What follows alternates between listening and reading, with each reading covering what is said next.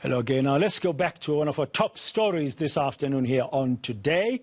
Kelly Khumalo's lawyer, Magdalene Munsami, says her client is being discriminated against. She claims the singer has the right to have her lawyer in court. Munsami was ordered to leave the courtroom in the trial of 5 men who are accused of the murder of Senzo Meyiwa. The defense now says there's an eyewitness that will testify that Khumalo pulled the trigger that killed the soccer star. Munsami says her client deserves to be represented fairly. Well, for more on this, let's talk now to legal expert Zola Majavu. Mr. Majavu, good afternoon. Thank you very much for your time. Just to help me just piece it all together and maybe bring some clarity to our viewers, I want to take a step and start at the beginning where the lawyer for Kelly Khumalo attended a previous court session and she was asked to leave after there was complaints raised in the courtroom that she cannot be there. Was that a correct decision? Firstly, good afternoon, Braden, and good afternoon to your viewers. The law does make provision for someone who has an interest in a matter to appoint a legal representative to conduct what is usually referred to as a watching brief. I respect the judge's decision. However, there would have been nothing wrong in my view if she, on behalf of Ms. Khumalo, was allowed to watch the proceedings, because those proceedings are in any event televised. So the only difference is that she would have been in court. However, there is nothing that would have stopped her from following the proceedings live.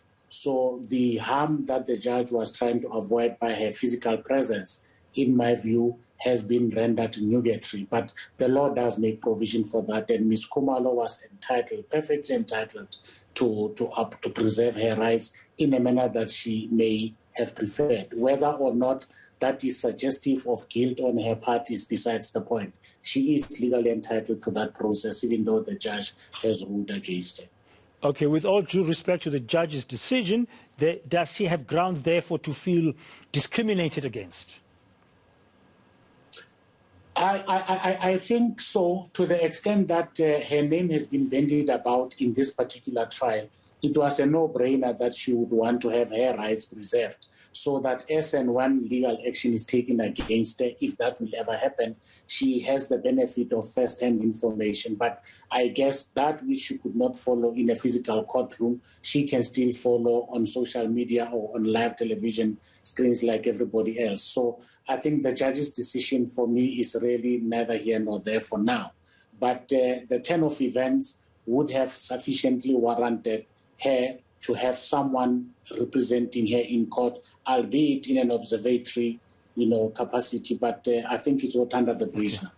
Okay, so now water under the bridge, but then today we see new developments coming out of what happened in court yesterday when Advocate Defo claimed that he's got an eyewitness who can testify that the singer Kelly Khumalo, at whose mom's house Senzo Meyiwa was shot and killed, in fact is the one who pulled the trigger. Today we saw Ms. Munsami addressing the media saying that she's going to take issue with this claim. Firstly, as lawyers, we are creations of our clients' instructions. And secondly, we employ different strategies. Let me first start with the strategy employed by Mr. Defo, and then I'll deal with Munsami's one. And I do not by any means suggest that mine is a better approach than theirs. Firstly, I think it was a lapse of diplomacy, and this is my personal professional view, for Mr. Defo to have dropped the name when he did at that time, with a witness who had not in any material manner implicated accused number 1 and 4 in that particular act of pulling the trigger, because he put it to a witness who can neither confirm nor deny. So in my view, that did not take his case any further. Okay. Instead, what it did, it exposed his long game plan a bit prematurely. But to the extent that he mentioned those names, he has now exposed what he intends to do, because he was under no duty or obligation to tell the state how he's going to run his case, who he's going to call, and what are they going to say. Now Munsami, to the extent that her the person that she represents' name has been dragged through the mud in this manner. She is perfectly entitled to set the record straight based on what her client's instructions are. But the two, for me, are side issues. If therefore believes that Ms. Munsami did anything wrong, the LPC as a professional body is best suited to deal with those issues. And obviously, the strategy that Mr. Tefo employed yesterday, he knows better why he did that. But in my honest view, it was a lapse of diplomacy. Okay, now the main issue today is that the defense team now, in the person of the instructing attorney, Tsepo Tobane, they are going to report Ms. Munsami now to the Legal Practice Council. So now there's a fight going on between the two legal teams. Surely this might lead to a messy trial. No, it has nothing to do with the trial. And with respect, my colleagues are involved in side issues. Yes, because we are professionals, we are accountable to our professional body. Instead of rubbishing each other publicly, you refer the matter to the LPC, who will then investigate it in the fullness of time.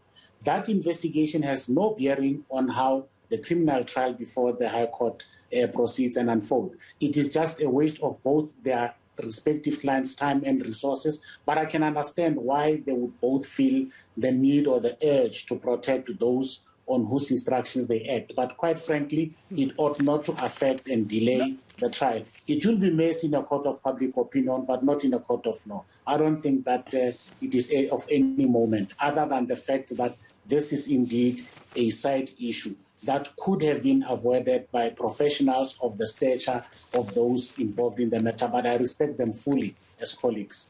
Yeah, we'll need to unpack a little bit more what's been coming out from Sergeant Musia. We don't have time for that today, but I would like to get your insights as well, because he's still on the stand and still being cross-examined. Thank you very much for now. That's Zola Majavu, just giving us some of insights. He's a legal expert in what has been transpiring. And let me call it just loosely, that spat between the two legal teams currently, one that's not in court yet, but representing singer Kelly Khumalo.